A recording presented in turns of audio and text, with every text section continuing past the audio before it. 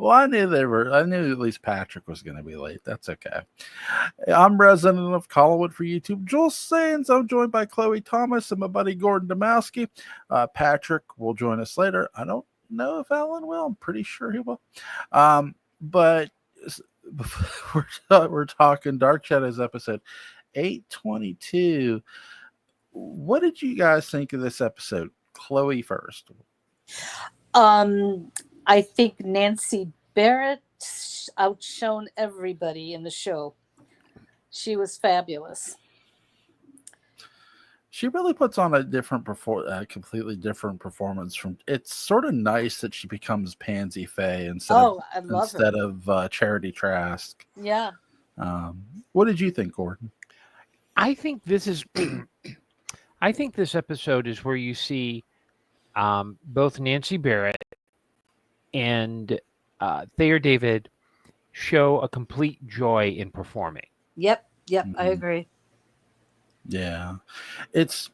I really also love I'm gonna kick myself with names here today. Thayer David is always great. He's always fun to watch, even when he was playing Matthew Morgan. There we go. I really love Roger Davis as Charles Delaware Tate here, because with Patofe, he has Aristide as an agent, and he sort of has been using Charles Delaware Tate too. But Tate more just wants to be left alone by him. He doesn't want really the association up with Patofe that Aristide has. They're very different. It shows you they're very different people. And I love how the writers make an emphasis of that in this episode, because Tate cannot believe that his painting has come to life in Amanda Harris in this episode. And again, Amanda Harris is, she's trying to find out about her past, sort of a wink and a nod to Victoria Winters a bit. But I like how they do this with Tate and his character, because to me it more feels like they're expanding on the whole bringing the portrait to life thing. What do you guys think of that?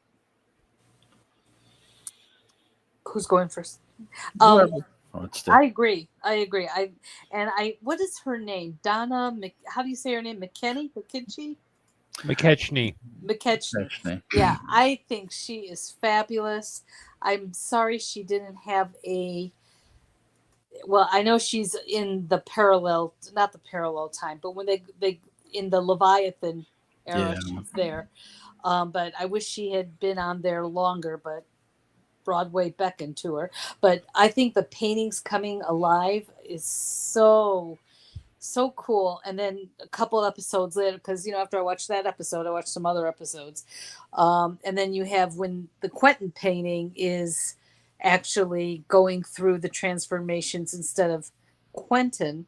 So it's, in a sense, living a life too of what Quentin is becoming when the moon is full. But I think that is so cool. I loved it.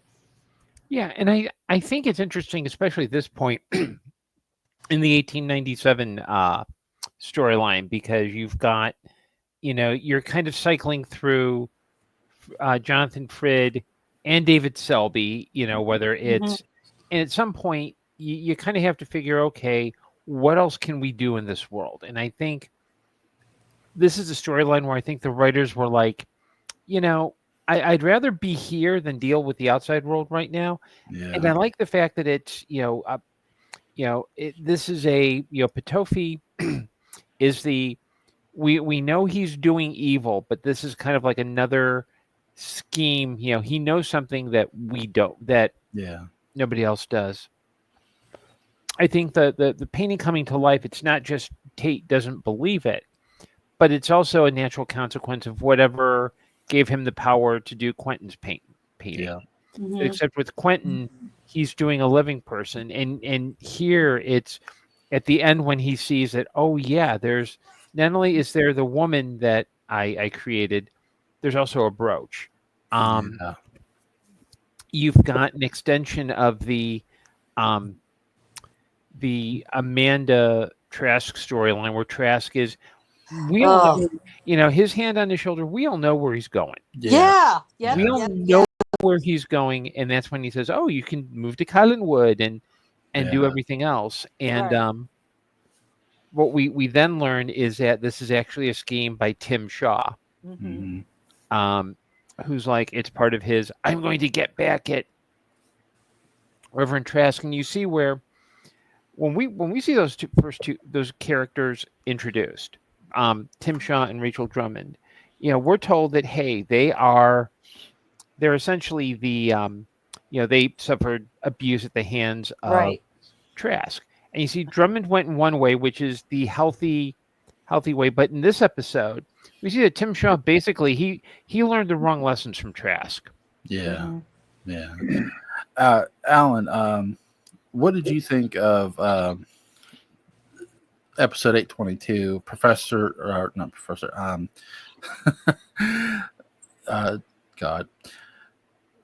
Reverend Count Patofe? Yeah, Count Patofe. Yeah. This is Patofe at his. I'm in charge here, and I'm going to be very magnanimous, but you're going to do my bidding anyway. Basically, yes. It is Count Patofe as Professor Stokes. He's setting up his little plan to basically get the gypsies to eat each other's lunch, and it works pretty well for a little while, at least for an episode or so. Yeah, because we end up with a trial and all sorts of other fun stuff. But it's right now, it's that's right. Make the false hand, and we're going to set some things in motion here. So it's pretty cool, and it's it is a pivotal episode in that respect, in that we start to see the presence of King Johnny coalescing, beyond this. Oh my God, he's here, into what he's here for. What'd you think of Pansy Faye here? She creates our first impression of what happens in Quentin's room. After time has been altered, because what happens, of course, is that the body that's in Quentin's room becomes Trask instead of Quentin with the changing of time. It's one of those things that fans argue about. No, it's Quentin. No, it's Trask. No, it's always Trask. No, it was Quentin first, and then it was Trask. It was Quentin first, and then it was Trask. At least to my estimation, in terms of changing the course of history, which is done with an alarming frequency in 1897. It was Alan Gallant's doppelganger. No. Yes, it was. I have the mirror here somewhere. The mirror that was used, yes. I tell you, what did you think of Charles Delaware Tate here? No. What a feeble guy he is sometimes, mentally and spiritually. Obviously they're setting him up to get really cranked up here, or they, meaning Count Patofe, is setting him up to get really cranked up here. I find it amusing that Patofe, starts out thinking, well, this is some kind of weird obsession, and then realizes, oh yes, this is some kind of weird obsession my hand has created, and now he's doing X, Y, and Z with my powers through his artwork. And that's where that kind of starts to roll here. So again, this is a crossroads episode in a lot of ways, in terms of a lot of subplots sort of either being born or gaining momentum, that kind of thing. It's nice to see like all these different characters doing things. Like, I love how Tate is not the same, as I was explaining to Gordon and Chloe. I love how Tate is not like Aristide at all. He's not really trying to be loyal to Petofi. He just wants him out of his hair. Yeah, he wants to do his bidding and then be released. I mean, Yeah. that's kind of what but of course, with these kind of situations, it's, oh, yes, keep doing my bidding, my boy, And just one more thing. Just That's right. One more thing. Will you please take this staircase to hell for me? Thank you. Yes. Yeah. Yeah. Petofi, here's my trash or something. Yeah, take out the trash, my boy. What did I don't know if I've ever asked you guys this. What did you think of Thayer David's makeup of Count Petofi? Really interesting. He looks like a poodle, but I think it's great. It is a poodle cut, the hair. Yeah, and the way that the glasses, you can tell they're kind of like Coke bottle glasses. They give his face the right amount of distortion. And when you look at other makeup jobs in Dark Shadows, a lot of times, they did the best they could, but sometimes you can see where, okay, maybe they didn't quite think through it looking good on camera. And with Petofi, it's very effective because it changes, because his face changes, he's able to be a little bit more, there's a different physicality to him, and he's able to kind of sell the bit. I mean, the only other piece of Thayer David makeup that I can really think that was that impressive was the 1995 sequence where he's aged and there's a ring around his neck where obviously it may have been the camera or the lighting, but it looked like it didn't just look, it was old. It looked like he had been burned, like he was in a fire. Yeah. And I don't think it was their intention, but I think it's I think it's one of the things about Dark Shadows when, it's easy to kind of play the game of, like many fans do. It's like here's this weird plot contrivance, but or hey, here's where this plot things. It's easy to talk about how wacky it is. Yeah. But when you look at the care that they're doing this on a very limited budget. Yes. And you're basically getting close to a primetime drama in the daytime. Yeah. And I think, this is, and this is why I think, and I can reel off against other types of fandom, but I think a lot of times Dark Shadows fans don't really get the fact that, this is worth taking seriously. This is worth having it, because this is, you may, even though it's a Crossroad episode, it breezes by. There's no, nothing happens that feels out of place. There's no sudden like Deus Ex Machina. It's really just television storytelling at its best. For most of the series, and there are a couple of exceptions, a couple of hiccups, but for most of the series, these 13-week projections, which they used to call flimsies because they'd write these little abstracts, for each episode or each story arc or whatever, worked out pretty well between all of these writers because they had, 2, 3, sometimes 4 writers going at a time. And it all projected really well, and it didn't, like you say, there was no Deus Ex Machina, there was no hiccups, no bumps in terms of the storytelling, and very little in terms of any other logic. Like I say, on a few occasions they scrambled and whatnot, and the logic kind of leaps a little, but it's also considering the reality that you're in, even that doesn't hurt. That certainly doesn't hurt. I think Petofi's makeup is great because it's limited mostly to his appliances and his glasses in terms of changing his appearance, his hair appliances, the wig and the fringe beard and all of them, and then the costume itself, which is, my God, underneath of those studio lights in 1897, these characters must have been sweating bullets at times because they're wearing the real deal. A lot of them, they're wearing these real heavy costumes, but they're beautiful costumes, and they really contribute. Yeah, and what's interesting about Patofi's makeup, and I hadn't really noticed this until watching this episode. When there's a lot of close-ups on Patofi's face, you can see his teeth, and he doesn't. They Thayer David doesn't really do that when he's talking in other characters, and I think that's how. Makeup only does half the job, but I think he used that to his advantage because he knew, hey, look, I've got all this stuff on. Um, it will allow me to be a little bit more free with the character than say maybe just putting on a necktie and sounding pompous as Professor Stokes would. Sure, Yeah. absolutely. Or even like when he's Ben Stokes, he has to be a lot more serious, and where he's playing a heel, he can have a lot more fun and freedom with it.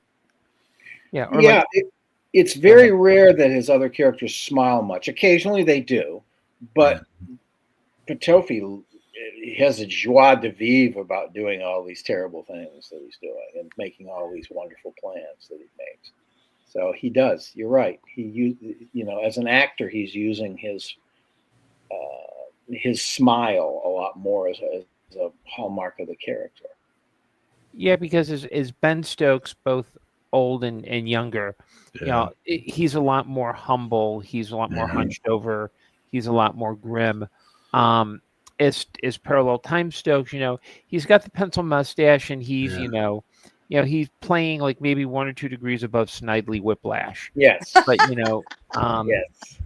But so he gets the smile a bit there too, but in a different, with the greasy black hair and the pencil thin mustache. So, and you get the sense, like with 1840, when Stokes gets involved, it's like Thayer David is like, oh great, no more exposition. I can actually do like cool kind of, well, the equivalent of action stuff, which in Dark Shadows is more like yelling at people but you get the sense that like, okay, Thayer David is kind of getting a little bit more of a send off than he would expect. Yeah. And I think too his old man Ben makeup was really good too. They did a really good job of making the characters look different in each of their makeup settings that they had for them. Like Old Man Barnabas was fun in the series. Like there's a big difference between what they did with the series and with the movie from the old man standpoint. But I really love how they did each person's makeup a lot differently. But really good.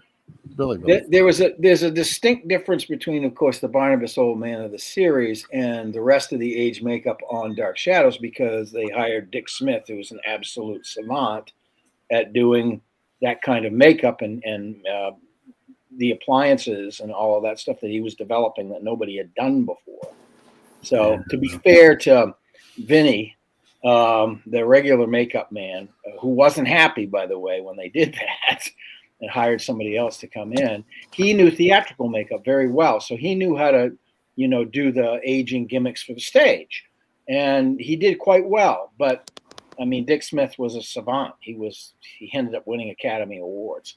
So didn't he do Dustin Hoffman's makeup and stuff? He did, and actually, the Frid makeup was kind of a dry run for that kind of stuff. Well, there were pieces of it. I believe the upper eyelids of Frid became the lower eyelids of Little Big Man. Yes. Yep. Did Dick Smith do the Barnabas aging makeup in the film too? Yes, he did. They just decided to go with a bald look instead of the the full head. That was a mistake. I like the series Old Man Barnabas better than the film Old Man Barnabas. Yeah, I think most of us did on first watch too. When I was a kid, I thought that was the coolest thing ever. Yeah. Yeah. Patrick, what did you think of Count Patofi here in this episode?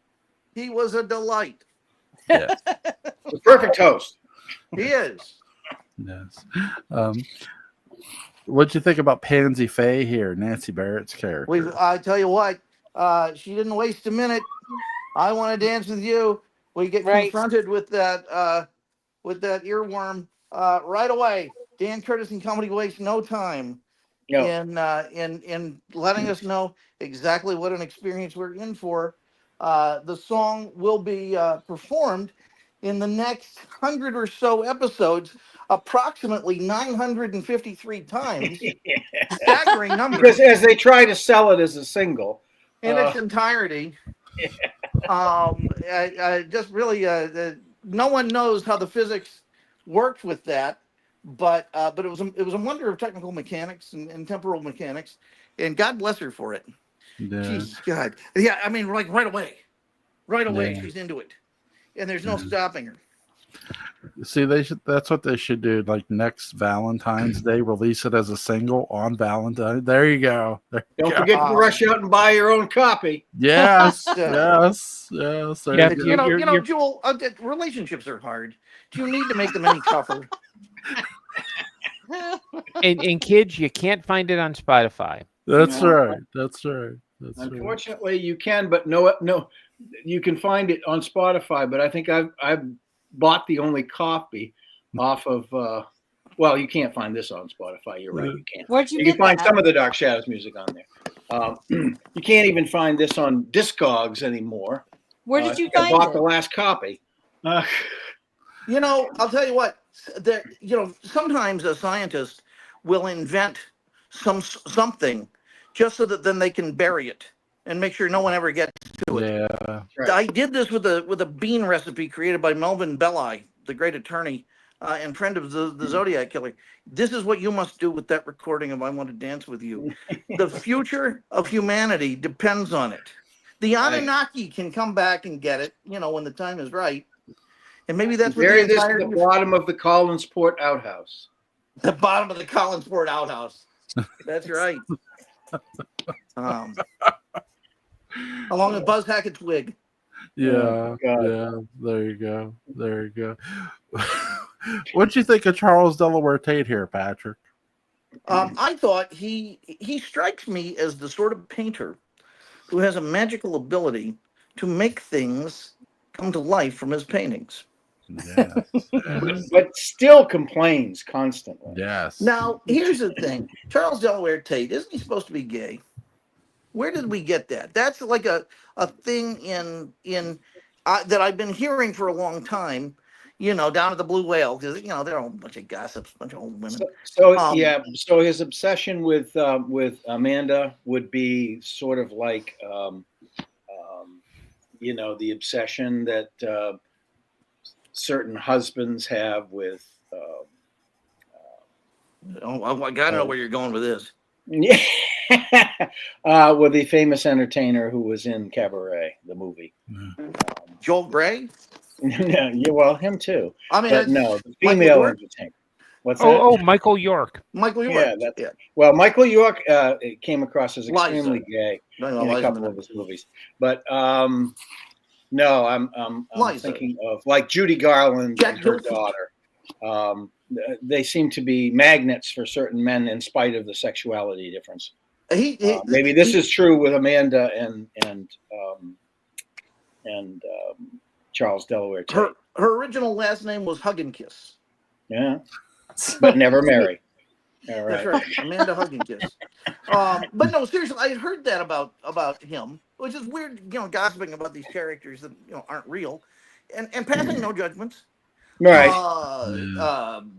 Congratulating really. But that became, I don't know if it was like in the Big Finish, it was suggested, or one of the coloring books.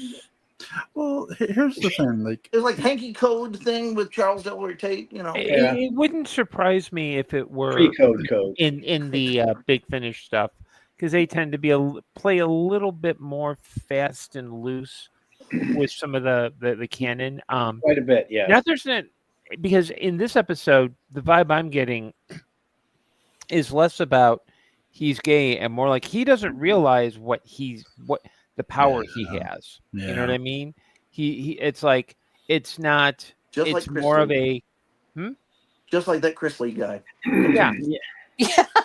See, I never thought of Tate as being gay because the radiating out gayness of Count Petofi and Aristide just blows it right out of the water. Yeah. Well, maybe that's one of Petofi's superpowers. Is he? Of course it is. That's Of course right. it is. Every school child knows this. Now, but you're right. It needed to be said, and Gordon, I'm glad you said it. What's this? Is professional Pitofi cosplayer? Yes. The Hand. So, And uh, so that I never thought of Charles that way. Not that it's bad, but he always seemed like a virile, red-blooded, two-fisted all-American type. Well, here's a question when you get into the character. Okay, we know he's sort of surprised that he can create stuff now with this episode. That's what but is he in love with Amanda Harris, or is he just infatuated with his own paintings? Maybe a bit of both. I think both, Maybe. and one could be because of the other. Right. Yeah. In a cutscene from this, he also created the Publishers Clearinghouse sweepstakes. it's He true. painted that. Well, yeah, I remember when I remember when he painted that. Yes. Yeah, and then he painted Ed McMahon. Oh yeah, Oh, he absolutely. certainly Ed did. McMahon was never born. Yeah. That would explain a lot of things. Yeah, but okay, so here's the question, legitimate. If you could have got, because he was also an actor, as we know from I don't know, some movie about a werewolf, I think. Ed McMahon, if he had played a character, if you could have cast him as a character on Dark Shadows, who would you have cast him as? Stokes. Ed McMahon is Stokes. Mm-hmm. Adam, you I are would have him as Bob the bartender at the Blue Whale. Oh, jeez. Except he'd be drinking up the profits, but that's okay. It would add, what else? Richness to the stories. He What fell else? over the bar every time Sam came in and asked for a whiskey. He'd have to test it. In parallel time, Ed would be Roger's best friend. Okay. I would cast him as Sabrina Stewart. Oh, God. You're gonna need a bigger wheelchair. Yeah. There's a wheelbarrow. He's just drunk. He's passed out. The wig half on. I would cast him as Alcoholic Gabriel, straight up. Alcoholic Gabriel. That's the only way. Alcoholic Gabriel. That's He's hiding all the booze around the house. No, he's choping all the booze from him. Drinking it. He Well, doesn't have to hide he it. has to, because every he can't find a brandy snifter because Roger keeps crushing him in his hand. There you go. Roger keeps some to do his curls. Yeah. The big ones, those big, huge. Yeah, he's got to up the amount of brandy in him. 3 gallons each. 3 gallons. See, I'm gonna do a fun little short audio Dark Shadow story here soon, but and I hope you all enjoy it because it's like there's a mix of comedy in it. But let me ask you guys this: with 1897, we all most of everybody considers this the best arc ever. If you had to tell somebody, a non-Dark Shadows fan, why it was that, what would your answer be? See, I don't think it was the best for me. I mean, it was good, but I don't think it was the best. On one level, it's inarguably the best, and that is on the commercial level. On the commercial level, it was absolutely the most popular in terms of faces and eyes that actually watched it. Oh, okay. It broke 20 million viewers. But in terms of aesthetics, there's some competition there, sure. Absolutely. And in terms of, various other things, people have their preferences. Some people just absolutely adore 1795. Yeah. It was it's the first time we go into the past. It's the first time we see the effects of having a resident stock company kind of thing going on, where actors are playing their ancestors instead of having completely new people playing them. And it's working. It's working. So, I mean, there's something to be said for that. Absolutely. Among other things. I mean, a lot of people have their favorites. Some days I wake up and 1968 is my favorite, but since I don't drink anymore, that's my delusion. It's just 1968 is a wonderful year for the show. It's like a core sample of a lot of the best of Dark Shadows. Yeah. We got one of the finest writers, and they were kind of, Gordon Russell as Violet Wells. We got that going on. that started in 1968, actually, when she was ghosting some of his episodes. Yeah. But down at the Hi Hat Lounge. Yeah, down at the Hi Hat Lounge. Oh my God. Interestingly, some of my all-time favorite episodes are in 1968. My all-time favorite arc is 1897, but it's closely followed by 1795, and even more closely followed by 1967. Especially into the color episodes, because those were the very first episodes I ever watched as a kid. I saw a couple black and white episodes, but I didn't start following the show until kids at my school told me there was a vampire on. So, yeah. Gordon, I would argue that 1897 has a couple of really key strengths. The first is that it's less one big storyline, but it's multiple storylines over an extended period. Yes. And it does a really good job of doing these mini arcs. It always feels fresh with each view. yeah. It successfully introduced a second lead in a very non-invasive, very successful way. I mean, David Selby had stated in interviews that he was afraid that once he opened his mouth, he was going to get fired. And lo and behold, not only is he a second lead, but he's in no competition with Fred, who's like, thank God I can actually go and have a vacation. And I also think too, it's one where when you can, it's maybe one of the most escapist of the storylines with Dark Shadows, because up to this point, like the initial Barnabas arc is grim, the 1795 is grim, the Dream Curse and Adam get a little, they're not lighthearted, but there's a little bit, and Adam and the Dream Curse are my favorite arcs, because they are, that's how I got into the show, and they really ramped it up. And I think this is where Dark Shadows realized we're not a soap opera with supernatural elements. We're a supernatural drama that has soap opera elements. Yeah, it did transition into that, no doubt, where one superseded the other.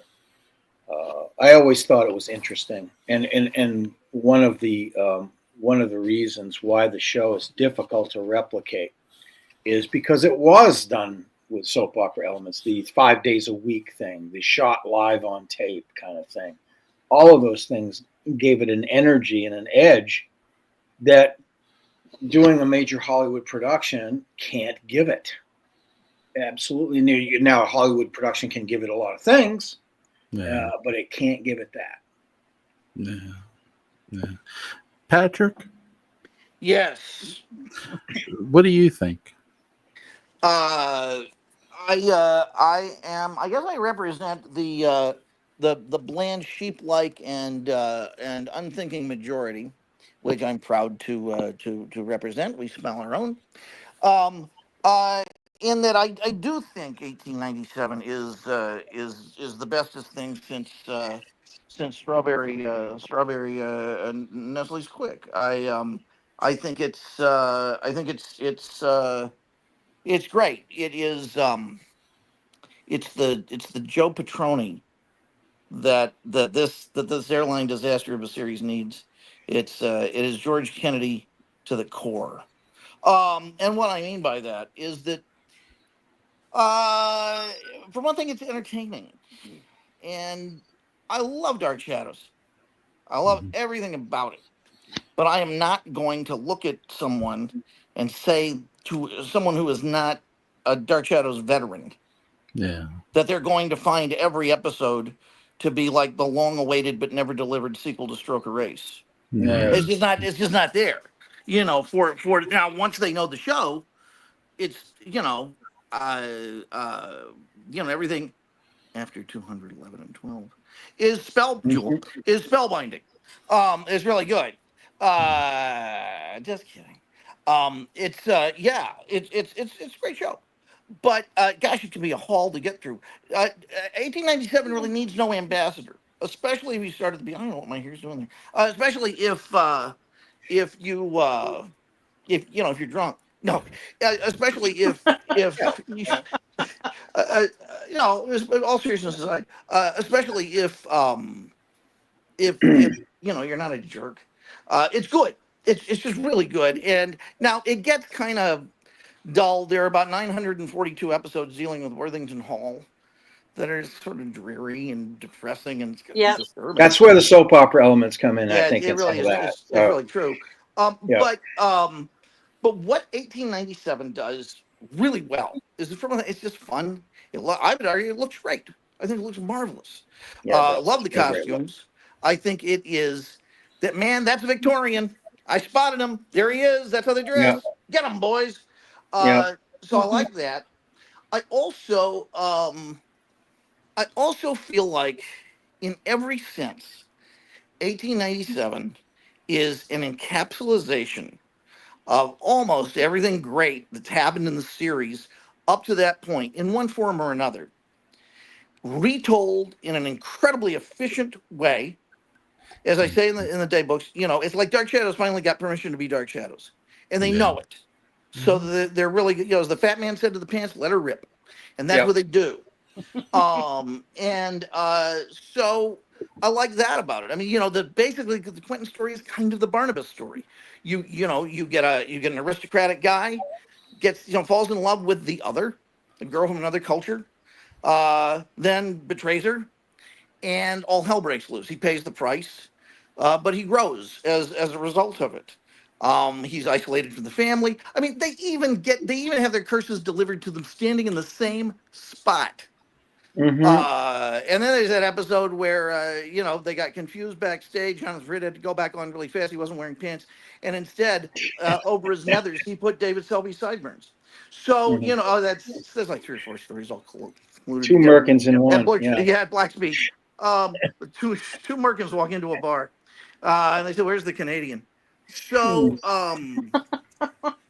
it really though is Dark Shadows. I mean, it's a fun Dark Shadows. It's not a what's going to happen to Maggie Dark Shadows, but it's a fun Dark Shadows, and then it has the audacity to bring in scheming female con artists not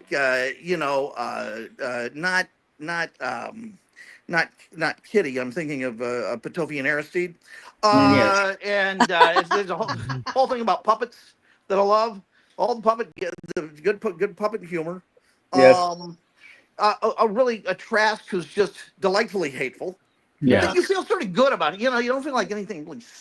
Well, actually, seedy things do that. There's no debate with Gregory Trask of whether he's good or evil. Like some people will debate the former Trask that he's just a zealot and he doesn't Gregory know. Trask is bad. Yeah.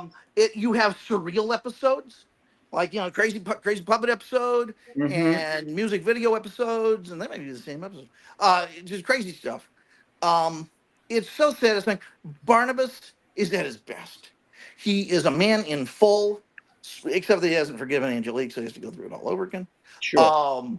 He has that wonderfully romantic, really final episode with, before they get sucked back to 1795. Gosh darn it, what's not to love? Joel, you in role-playing game terms, you unlocked box text. Yes. I'm sort of the wrong person to ask because I mean, good. Let's move on.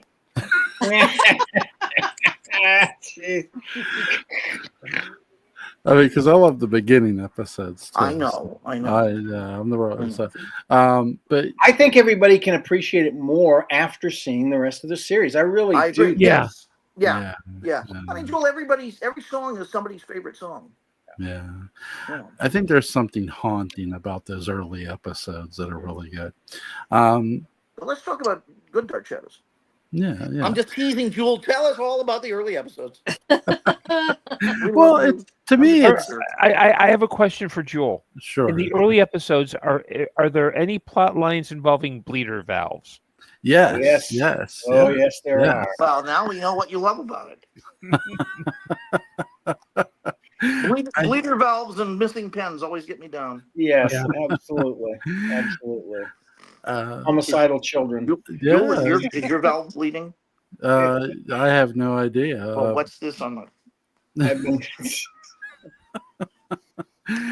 I think really a lot of the Dark Shadows mythos is built in the beginning episodes. I mean, Widow's Hill, the Legend of the House, the House of Tears, they call it, and the house being haunted is set up in those beginning episodes, and it's really well done. That's also the idea that Josette is going to be a thread in the entire series, practically. Yeah. And there's a thing with Brewsters. Yeah. That, and she also becomes the person who protects the family, who looks after the family. First protector, the first supernatural protector. Who? Yeah. Josette. What'd you protect him from? Elizabeth tells a story about, I think it was either her or somebody, her great aunt or something, was saved by a woman in white. That was Josette. You also have, because Victoria Winter says that Josette saved her. What if she were related to Josette? And Elizabeth says, well, that would make you a Collins. But we all know what's going on during Quentin and Gerard? Is she on a coffee break? Yeah, some protector she turned out to be. Well, by that time she was doing shift work, and Barnabas and Quentin were doing the other two shifts. That's right. Okay, I accept that. She well, at some point in time she tagged in this ghost called Sarah Collins. She made a hot tag to Sarah Collins, and she kind of That's true. I call shenanigans because I remember those episodes, and I never saw a woman in white with Sarah Collins. Well, I think you're lying to us, Joel. A child in white. God. Oh my God. Yeah, and it was even after. It was even before Labor Day, so they could have. Are you okay over there? Are you? Me? Yeah. I'm fine. Oh, no, Chloe. I'm checking in with Chloe. Yeah, no, I'm fine. Well, because the rest of us seem to be on our Adderall cycle. I don't know what's okay. So Joel, next you'll be telling us that Ed Asner makes a surprise appearance in Dark Shadows. No, but what you have is Count Pitofi. He does one day, and everybody says, like they did with the One Day Carol, and they all hate him for it. Here's the most interesting aspect of Josette I've always found. Here's a woman who protected them from a phoenix, who basically helped them, get rid of her in a sense. They protected Matthew Morgan. She protected Victoria Winters, but makes no effort or warning to warn them about Barnabas. Why? Because she wanted him to get out. She wanted who to get out? Perhaps Barnabas. Perhaps she was prescient and knew what was going to eventually happen with Barnabas. She knew that Barnabas Josette, though, too. Once they went into 1795. Yeah. See, she knew that Barnabas knew where the remote was because she couldn't find it. And damned if the batteries were in it. The batteries that still work. Yeah, and had she to left get her Willie involved so he could go to Brewster's and buy the batteries. And she locked herself out of with a couple of huge rubies that were given to him by Barnabas. Gordon, what did she log herself out of? She locked herself out of her room, and only Barnabas had the keys. There you go. Oh, he had the keys to all sorts of important. Yes, he did. Oh my God! Including every chastity belt. And I know. I know. No. Oh my God! Well, Quentin had all the women, so I mean. Well, Barnabas had a nice early run, which resulted in his curse. So. Yes. This is like the thing where you analyze how many women Picard had versus how many women Garrick had. Anyway. Yeah. Is there anything anybody wants to add before we go? So much. Yeah. I still say that I'm gonna read Greg Sophie and Aristide are the couple of the year. God damn it, they're the best. Which is the episode where he has the fashion line?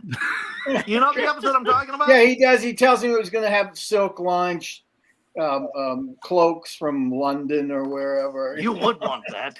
Yeah. And of course, Aristide's eyes light up and he's salivating. Well, no, there's one where like Aristide compliments someone's fashion. And Pitofi says, yes, you would notice that. Yeah, and I think there's an entire episode where Aristide gets his hair styled. It takes that long. Now, do you think Count Patofi ever interacted with Dr. Pretorius from Bride of Frankenstein? I think maybe he was a mentor. Oh, definitely. Definitely. God, what if Universal wants to make money with this Dark Universe thing? Give me young Pretorius. Yes, young Pretorius. Septimus Pretorius. And old Aristide. Oh god. Yep. And kids, the Sheik of Aristide. That's right. And kids, remember, if you ever get a young Pretorius, penicillin will clear it right up. So go see a doctor. Right. Not a problem. Oh my god. This has been a blast. A lot of fun. What do you guys want to do tomorrow night? Yeah, I'm not able to make it tomorrow night. I have another gig, so. Okay.